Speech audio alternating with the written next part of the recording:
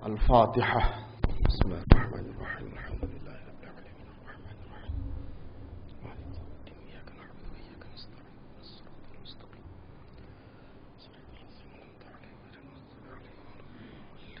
ولا الضالين. أعوذ بالله من الشيطان الرجيم. بسم الله الرحمن الرحيم. الحمد لله رب العالمين بارئ الخلائق أجمعين. الصلاة والسلام والتحية والإكرام على سيد الأنبياء والمرسلين شفيع المذنبين ورحمة للعالمين العبد المؤيد والرسول المسدد المحمود الأحمدي المصطفى الأمجد حبيب إله العالمين أبي القاسم محمد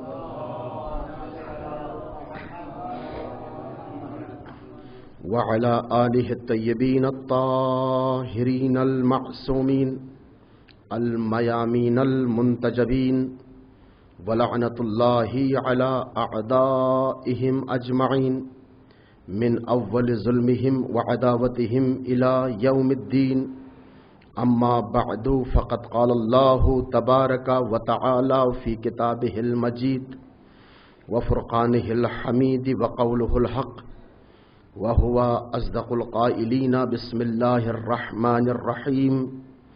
لقد من الله على المؤمنين إذ بعث فيهم رسولا من أنفسهم يتلو عليهم آياته ويزكيهم ويعلمهم الكتاب والحكمة وإن كانوا من قبل لفي ضلال مبين. صلوات محمد وآله.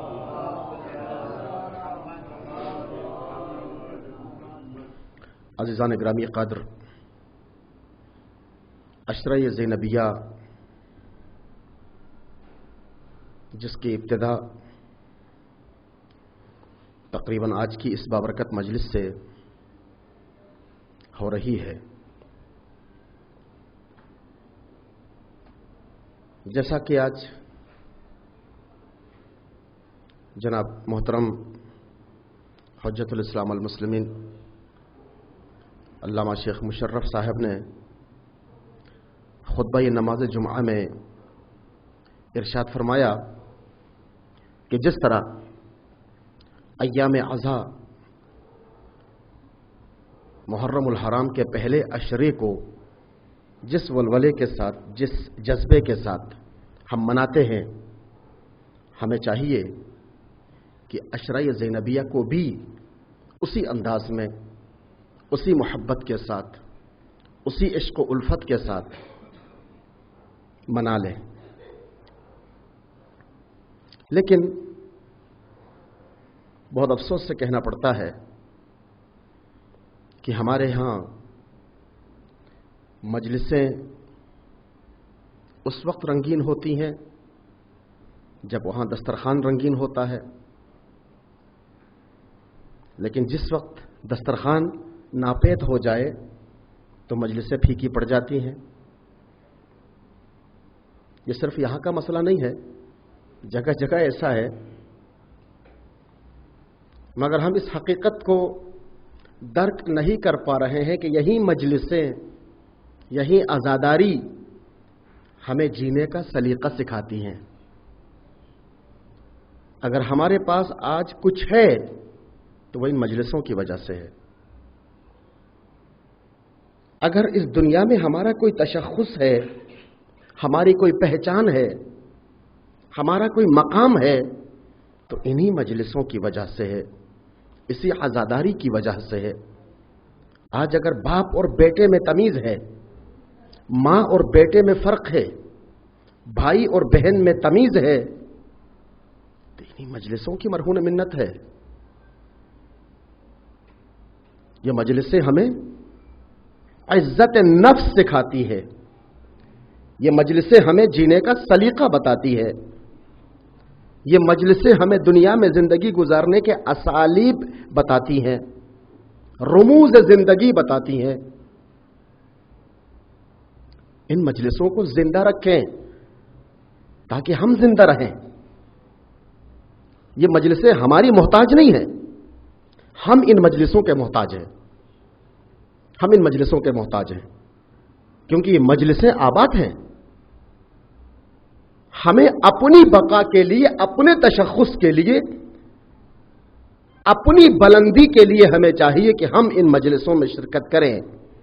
ہم اس حسین ابن علی کی یونیورسٹی سے سیکھیں، یہاں سے جینے کا سلیقہ حاصل کریں، یہاں سے رموز زندگی حاصل کریں، یہاں سے وہ طاقت و ہمت حاصل کریں جس ہمت کے بل بوتے پر آج اسلام اس منزل پر کھڑا ہے، آج قرآن اس منزل پر ہے، آج دین اس منزل پر ہے۔ اس ہمت کو سمجھیں، اس طاقت کو سمجھیں، اس راز کو سمجھیں۔ جب تک ہم اس راز کو نہیں سمجھیں گے، اس کا مطلب یہ ہے کہ توحید کے اوپر ہمارا عقیدہ کامل نہیں ہے۔ جس کا عقیدہ توحید پر کامل، دائم، قائم ہوتا ہے، وہ ان تمام چیزوں کو سمجھتا ہے۔ بنیاد توحید ہے، کیونکہ آپ کو پتا ہے اسلام کا موضوع توحید ہے، قرآن کا موضوع توحید ہے، بعثت رسول کا مقصد توحید ہے، بعثت انبیاء کا ہدف توحید ہے، قیام حسین کا مقصد توحید ہے۔ ہر چیز میں توحید، توحید ہے تو سب ہے، توحید نہیں ہے، جب خدا کی وحدانیت کو تسلیم نہیں کرتے تو اس کی صفتوں کو تسلیم کرنا، اس کی نعمتوں کو تسلیم کرنا، ان کی دیگر خاصیتوں کو تسلیم کرنا بہت دور ہے۔ پہلے اصل کو تو تسلیم کریں۔ توحید کے اوپر اگر ہمارا عقیدہ مضبوط ہو جائے، قائم ہو جائے، ہماری مجلسیں آباد ہو جائیں گی۔ بنیادی مسئلہ یہ ہے کہ توحید کو ہم نے نہیں سمجھا، اگر سمجھا ہے تو صرف مقصد کی حد تک، اور اسلام کو اسی لیے ہم نے صرف اپنے ذاتی مفاد اور مقاصد کے حصول تک اسلام کو استعمال کیا، اور جیسے یہ اسلام ہماری دنیا سے ٹکرائے گا ہم اس کو چھوڑ دیں گے۔ ہمیں ایسا اسلام نہیں چاہیے جو ہماری دنیا سے ٹکرائے، ہمیں ایسا دین نہیں چاہیے جو ہماری دنیاوی مفاد سے ٹکرائے۔ اللہ اکبر! جب تک ہمارے دنیاوی مفاد اسلام سے نہ ٹکراتے ہو، اسلام ہمارے لیے قبول ہے۔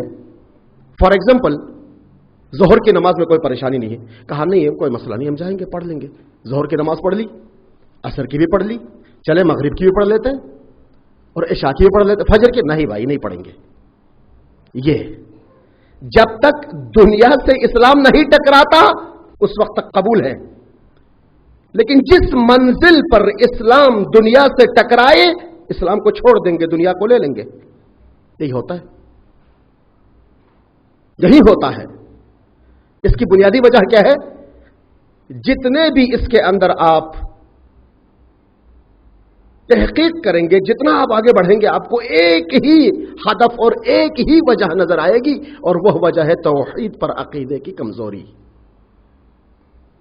توحید پر اگر عقیدہ قائم ہو جائے، توحید اگر انسان کے پاس مضبوطی کے ساتھ ہضم ہو جائے، عقیدہ یہ توحید انسان کے وجود میں رچ بس جائے، تو وہ ہر منزل پر دفاع کرے گا۔ دنیا کی کوئی غلاظت، دنیا کی کوئی ایسی ہوا اسے نہیں ہلا سکتی۔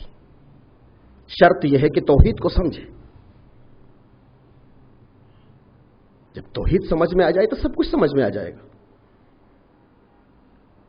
آپ خود محسوس کر رہے ہیں کل کی مجلس اور آج کی مجلس میں کتنا بڑا فرق ہے۔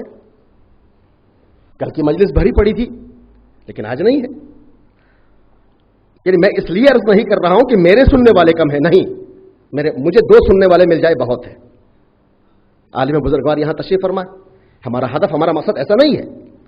ہمارا ہدف یہ ہے کہ ان مجلسوں سے انسان کو درس زندگی ملتا ہے، ان مجلسوں سے انسان کو درس حیات ملتا ہے، ان مجلسوں سے انسان کو حق و باطل میں تمیز کا سلیقہ مل جاتا ہے، ظالم اور مظلوم میں فرق پتہ چلتا ہے، علم اور جہل کے درمیان فرق واضح ہوتا ہے، وہ حق و باطل میں تمیز کر سکتا ہے، وہ عدالت کے رموز کو پہچان سکتا ہے۔ یہ درس زندگی ہے، کوئی مذاق نہیں ہے۔ یہ مجلسیں انسان کے وجود میں انقلاب پیدا کرتی ہیں۔ دنیا میں دیکھیں کتنے حکمران گزرے ہیں، مجلسوں پر پابندی ہوتی تھی، کیوں؟ اسی وقت ابن زیاد نے پابندی لگائی کہ کوفے میں کوئی مجلس نہیں ہونی چاہیے۔ جیسے سیدانیہ خطبہ دیتی تھی، روک دیتا تھا، کیونکہ پتہ ہے کہ مجلسیں کیا کرتی ہیں؟ انقلاب پیدا کرتی ہیں، لوگوں کے دلوں میں تہلکہ مچا دیتی ہیں۔ پابندی لگائی۔ جیسے زینب خطبہ دیتی تھی روک دیا کرتا تھا، جناب ام کلثوم خطبہ دیتی تھی روک دیتے تھے، سید سجاد کی زبان مبارک کھلتی تھی روک دیتے تھے، یا قافلے کو بڑھا دیتے تھے، یا اذان کا حکم دیتے تھے، یا نماز کے صفحے بچھا دیتے تھے، کیونکہ ان کو پتہ ہے کہ حسین حق پر ہے اور یہ مجلس حق کی پہچان ہے، یہ مجلس حق کا اعلان ہے، اور یہ مجلسیں لوگوں کے دلوں میں انقلاب پیدا کریں گی۔ پابندی۔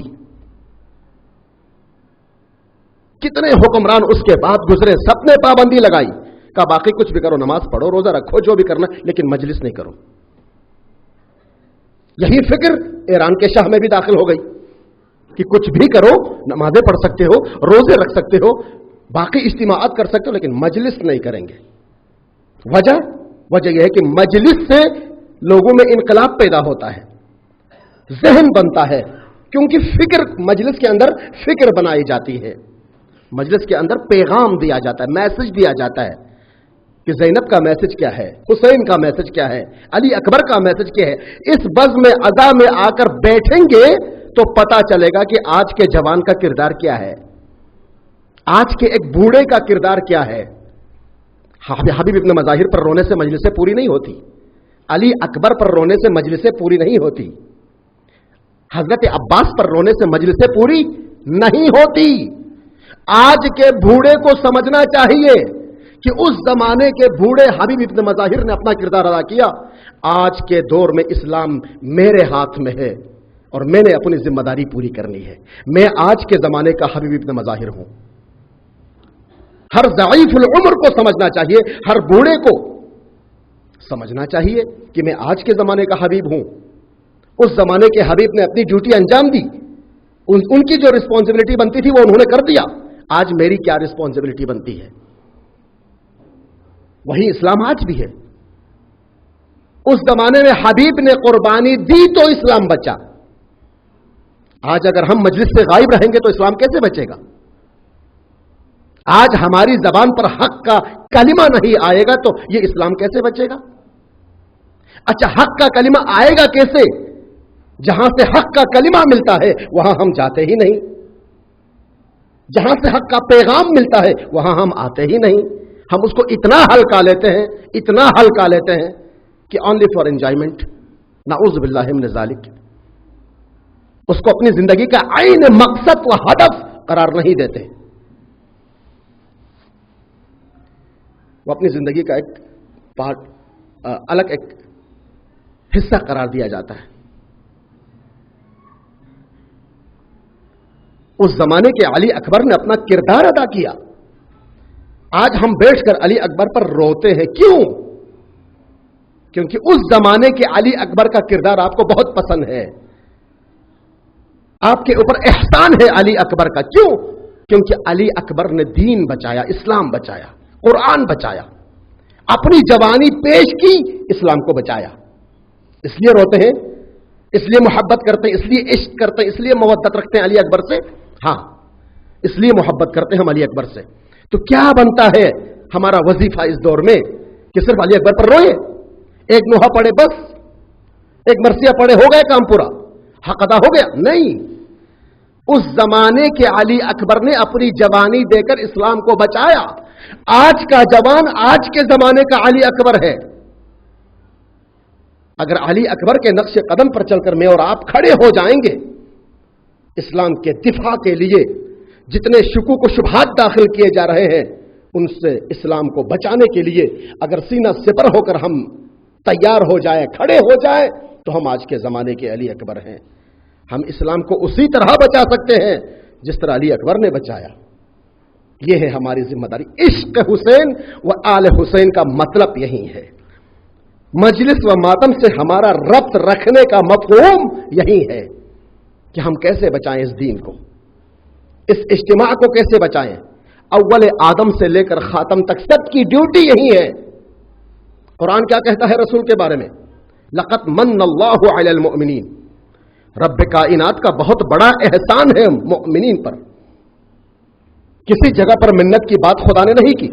قرآن مجید کے اندر آپ کو نادر مقامات ملیں گے, بہت کم مقامات ملیں گے جہاں اللہ سبحانہ و تعالی منت اور احسان کی بات کرتا ہے. دیکھیں اتنی نعمتیں اللہ نے دی, کسی نعمت پر احسان نہیں جتایا کہ دیکھو میں نے تم کو یہ دے دیا, میں نے تم کو وہ کر دیا, نہیں. لیکن جب رسول جیسی نعمت بشر کی قسمت میں کر دیا اللہ نے تو اعلان کیا لقد من اللہ علی المؤمنین. بتحقیق رب کائنات کا بہت بڑا احسان ہے مومنین پر. کیوں؟ اذ بعث فیہم رسولا من انفسہم, کہ انہی میں سے ایک کو بعنوان رسول معین کیا. بعنوان رسول کیا کر دیا؟ معین کر دیا. اور اس رسول کی ذمہ داری کیا ہے, اس کی ڈیوٹی کیا ہے؟ 3 بڑی ذمہ داریاں بیان کی. یتلو علیہم آیاتہ, یہ میرا رسول آیا ہے جو لوگوں پر اللہ سبحانہ و تعالی کی آیتوں کی تلاوت کرتا ہے. وَيُزَكِّيهِمْ, اور ان کے نفسوں کو پاک کرتا ہے. وَيُعَلِّمُهُمُ الْكِتَابَ وَالْحِكْمَةَ, اور ان کو کتاب و حکمت کی تعلیم دیتا ہے. یہ 3 بڑی ذمہ داریاں رسول کی بیان ہوئی. یتلو علیہم آیاتی ویزکیہم ویعلمہم الکتاب والحکمہ. اور ان تینوں نکات کا تعلق انفرادی انڈیویجول زندگی سے نہیں ہے, اجتماعی زندگی سے ہے. اجتماعی زندگی, سوسائٹی کو, اسلامک سوسائٹی کو منظم کرنے کے لیے, اسلامک سوسائٹی کے جتنے بھی فالٹس ہیں, جتنے بھی مشکلات ہیں, ان سب کو دور کرنے کے لیے اللہ نے رسول کو بھیجا تاکہ اجتماع بشر مضبوط ہو جائے اور اسلام کا چہرہ نمایاں ہو جائے. جب اجتماع بشر یعنی لوگوں کی میجورٹی جب ایک لیول کے اوپر آ جائے گی, ایک پلیٹ فارم کے اوپر آ جائے گی, تو سب کی آواز ایک کہلائے گی. اور جب سب کی آواز ایک کہلائے گی تو ایک پرچم کے تلے جب ایک آواز نکلتی ہے تو اس کے اندر طاقت پیدا ہوتا ہے, اس کے اندر نظم و ضبط پیدا ہوتا ہے, اور وہ دشمن کو پسپا کر دیتی ہے وہ طاقت. کیوں؟ اجتماع بشر مضبوط ہے. تو رسول خدا کی ذمہ داری اس اجتماع بشر کو بہتر بنانے کے لیے تھا. امر بالمعروف اور نہی عن المنکر کے سانچے میں اس معاشرے کو ڈالنا تھا, جس کی وجہ سے اللہ نے رسول کو مبعوث فرمایا. اور یہی مقصد مجلسوں کا بھی ہے, یہی ہدف مجلسوں کا بھی ہے. آیات الہی کی تلاوت مجالس حسین کے ذریعے, نفسوں کو پاک مجلس حسین کے ذریعے, کتاب و حکمت کی تعلیم مجلس حسین کے ذریعے. اللہ اکبر. جو بعثت رسول کا ہدف ہے وہ انہی مجلسوں میں پایا جاتا ہے, اسی ذکر حسین میں پایا جاتا ہے. اللہ کی آیتوں کی تلاوت بھی ہے, نفسوں کو پاک و پاکیزہ بھی کیا جاتا ہے, اور نفس پاک بھی ہو جاتا ہے. اور وَيُعَلِّمُهُمُ الْكِتَابَ وَالْحِكْمَةَ, کتاب و حکمت کی تعلیم بھی ان مجلسوں میں دی جاتی ہے. ایک بلند صلوات پڑھ دیجئے محمد وعلی محمد.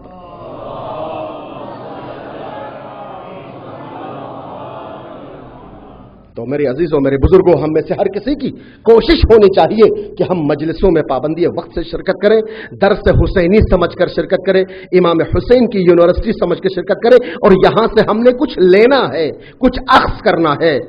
اور اس درسگاہ میں, اس تربیت گاہ میں ہم جائیں گے, اپنے نفس کو پاک کرنا ہے, اپنے وجود کو پاک کرنا ہے, اپنی فکر کو پاک کرنا ہے, اپنے ضمیر کو پاک کرنا ہے, اور درس ہدایت حاصل کرنا ہے, حق کا پیغام لینا ہے.